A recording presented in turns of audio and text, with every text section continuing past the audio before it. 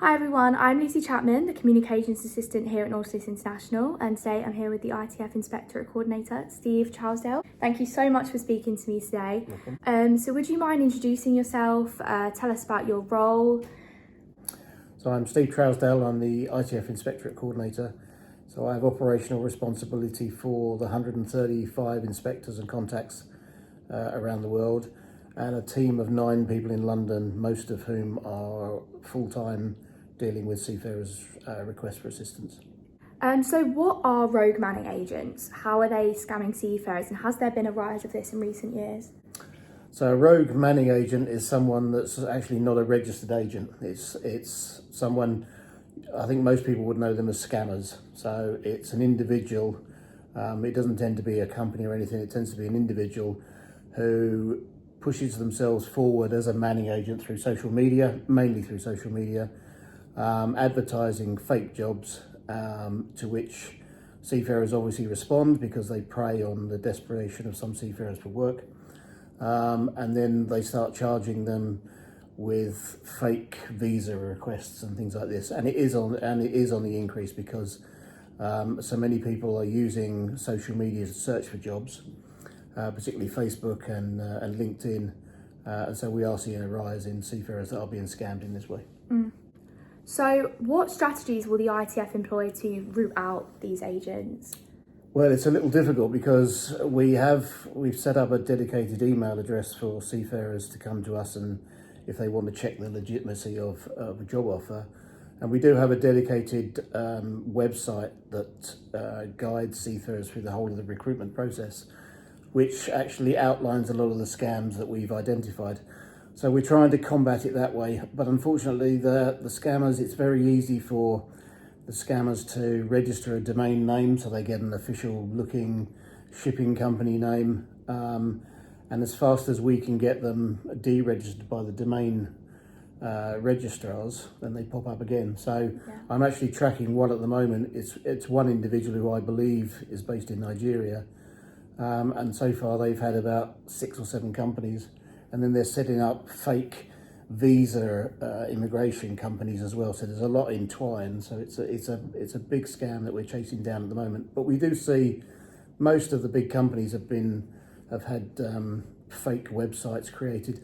It's very difficult for seafarers to notice, because if you take the name of a shipping company, you just add the letter S in there somewhere to make it shippings instead of shipping.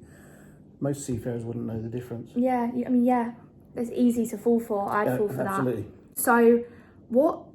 So I guess that is a main challenge in combating these agents, kind of the very little differences they can make in their emails and things like that. Is that the main sort of issue or the main challenge in combating them?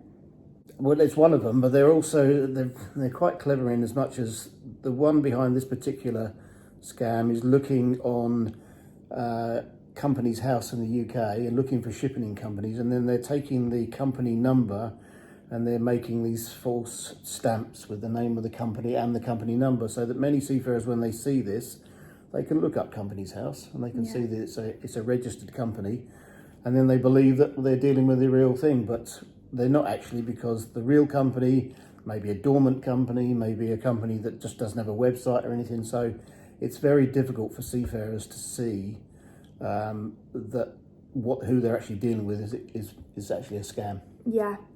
How can the ITF address this and help to put an end to the issue? So we're very proactive on social media. Yeah. We have a set of images that we use, not just for scams, but for other issues as well, like abandonment and things like this. So periodically we will push out one of these images to say, be aware of scams.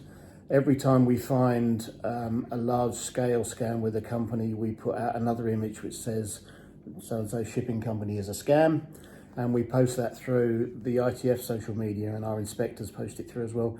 But then we're also members of about 100 seafarers groups, so we post it through all of those as well, which has a reach of about 2 million people within those groups. Wow.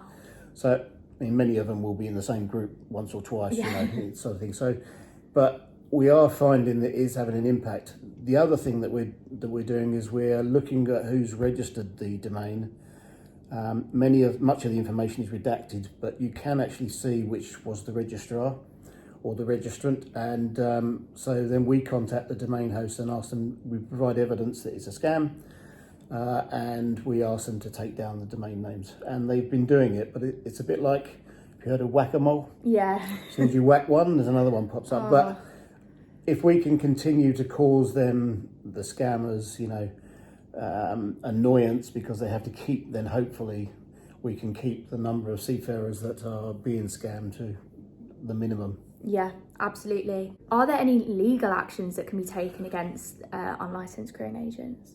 Unfortunately not. Even though the current one, the big one that we're looking at the moment, is using UK companies and that, and they're using a lot of UK phone numbers, mobile phone numbers, there's not much we can do unless we track down the individual. And if the individual is in Nigeria or another country like this, there's not much we can do. And even the seafarers, if they're in the country, an Indian seafarer scam can report it to the police, but there's little, unless there is some sort of investigation unit that tracks back where the money's gone and that. But to be honest with you, I think there are so many seafarers and so many other people being scammed by a lot of people that it's become a bit too epidemic, if you like. And people are a bit sort of overwhelmed by actually the number of scams there are going around. So it's very difficult to track it down. Yeah. What are the current, regulations against this, if there are any? How can they be improved? Well, say apart from, there's no regulations apart from reporting them through the various cybercrime units. And again, I just get the feeling that many of the action fraud and the cybercrime units are overwhelmed with what they're getting, and that they're, particularly in the UK, they're focused on obviously UK scams, whereas although they're using UK companies and UK numbers, it's obvious that they're not in the UK. And so I don't think there's much that can be done by these people. As I say, they're very busy focusing on scams that are operated from the UK rather than to look outside, I think. Yeah. Obviously, there's not really much that can be done, in the legal sense, but what can governments do and what can international bodies do to help support the ITF's efforts? Well, I suppose one thing I've been thinking about is asking the larger domain registrars to enforce a bit more visibility on the domains that are being registered. Unfortunately, you can take the large scale ones, but then there's hundreds of thousands of smaller ones that are equally just as available to register these domains. So we're never going to get it that way. The governments, again, I'm not sure that they're particularly interested in, seafarers that are being scammed $500 a time sort of thing, where I just don't think it probably registers on their radar what it's going to be doing. And as I say, they're probably too busy looking at national legislation rather than thinking about what's happening with scammers that are operating from outside the country. Yeah, it makes it really difficult. Yeah. What kind of immediate support can the ITF provide seafarers who have been scammed or forced into these really bad working conditions?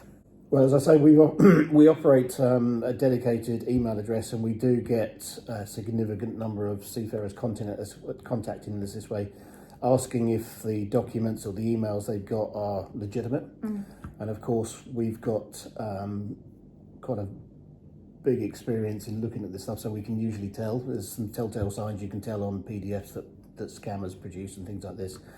And we can check, obviously, the website. So we can, and we've stopped probably thousands of seafarers being scammed over the time.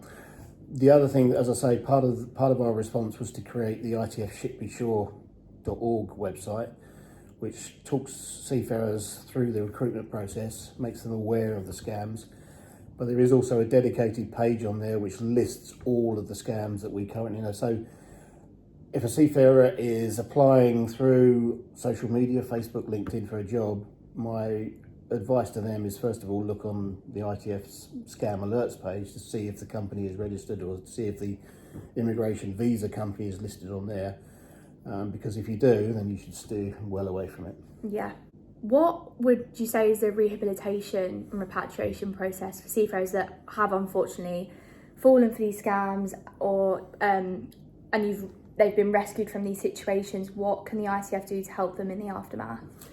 Yeah, well, that's a much bigger issue. So if they have actually had a job offer and they've taken a job offer and they've actually gone to a ship, in some cases they go places and the ships are not even there, or they're trafficked onto ships that are already abandoned. In fact, we're dealing with a case today where 2 Indians have been trafficked into South Africa.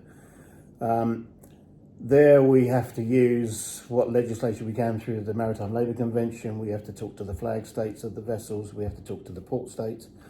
And on occasion, on a case-by-case basis, the ITF has stepped in and paid for repatriation if there's nowhere else. I mean, governments have sometimes stepped in for their own nationals as well. Yeah. But it's not a common occurrence. So the ITF, in the case of the 2 Indian seafarers in South Africa, because there is nobody else in place to do it, we will end up repatriating them, and we will end up paying for that repatriation. Okay.